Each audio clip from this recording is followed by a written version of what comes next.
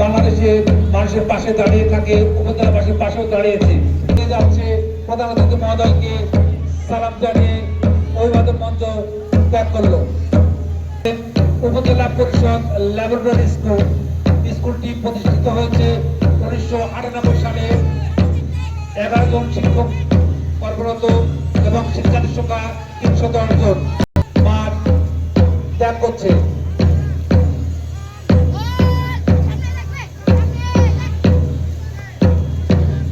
এবার সামনে এগিয়ে আসছে এশিয়ান স্কুল অ্যান্ড কলেজের খুদের শিক্ষার্থীরা। নিয়ামতপুর উচ্চ বালিকা বিদ্যালয় কলেজ সুসজ্জিত একটি দল। বিদ্যালয়টি প্রতিষ্ঠিত হয়েছে 1979 সালে। বর্তমানে 28 জন শিক্ষক কর্মরত আছে।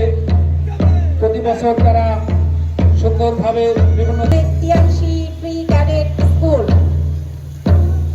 তিয়াংশি প্রি ক্যাডেট স্কুল 2010 খ্রিস্টাব্দে স্থাপিত হয়েছে।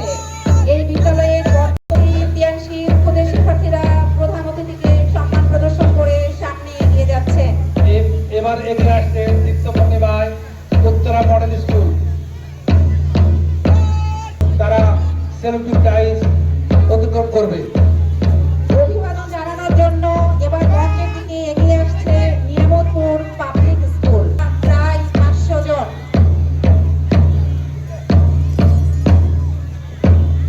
এবারে আসছে আইডিয়াল স্কুল। 2018 সালে প্রতিষ্ঠিত হয়েছে। শিক্ষক সংখ্যা 22 জন, শিক্ষার্থী প্রায় এগিয়ে যাচ্ছে।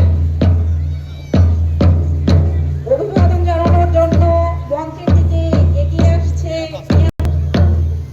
আমরা দেখতে পাচ্ছি নিয়ামতপুর সরকারি বহুমুখী মডেল উচ্চ বিদ্যালয়ের শিক্ষার্থীরা প্রধান অতিথি মহোদয়কে সম্মান প্রদর্শন করছেন। এই পর্যায়ে এগিয়ে আসছে নিয়ামতপুর ইসলামিয়া ফাজিল মাদ্রাসা। ফাজিল মাদ্রাসা 1985 সালে স্থাপিত। ইসলামী মাদ্রাসা প্রতি বছর বিভিন্ন দিবসে গুরুত্বপূর্ণ ভূমিকা রাখে এবং আজকেও তারা সুন্দরভাবে